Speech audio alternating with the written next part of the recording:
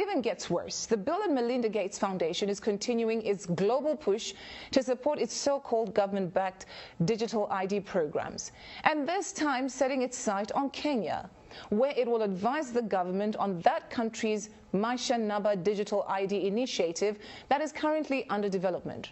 So, according to a Kenyan news agency, Gates' role is assisting the Kenyan government in its development, and the rollout of Maisha Namba was announced after a recent series of the closed-door meetings with Kenyan President William Ruto. According to Biometric Update, Maisha Namba is supposedly expected to address different challenges, such as identifying and authenticating citizens, safeguarding primary registration documents such as birth certificates and national identity cards, and improving the management of the social programs and government operations. The project has been met with skepticism in some parts of the country. Rights groups have also been expressing concern over the possibility of discrimination and the erosion of privacy. But listen, I just told you in the very nice way. Now let me just put it blatantly to you. The program targets the birth of new babies.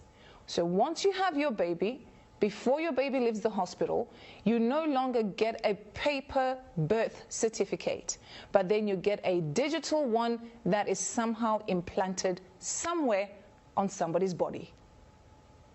Think about that, but have a listen to this. The digital ID, which has been a big problem to us for a very long time, is now on a testing mode for the next 2 months. I have been assured by all the stakeholders, led by the ministries concerned, that by December, we will be able to launch digital ID, where every Kenyan don't have to carry any paper, plastic or otherwise, as an ID, that they should be able to be identified digitally using their iris or their fingerprints, and we can transact without the necessity of people struggling to identify who they are.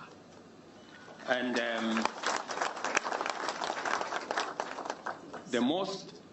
the proudest part of it is that we don't have to spend the billions that we have spent on all the other manenos, as all of you know. We're taking things that are, genetically modified organisms, and we're injecting them in little kids' arms. We just shoot them right into the vein. Kenya is in serious trouble. Now, for you to accept this, that means you're going to be completely surveilled and controlled. Think about it. So they have targeted the new babies, of course, even the ordinary citizens, the grown-ups, the young ones, the teenagers, and even the elderly ones will receive this digital ID. But they will then create a new generation where they'll be completely under this digital ID and they have no choice.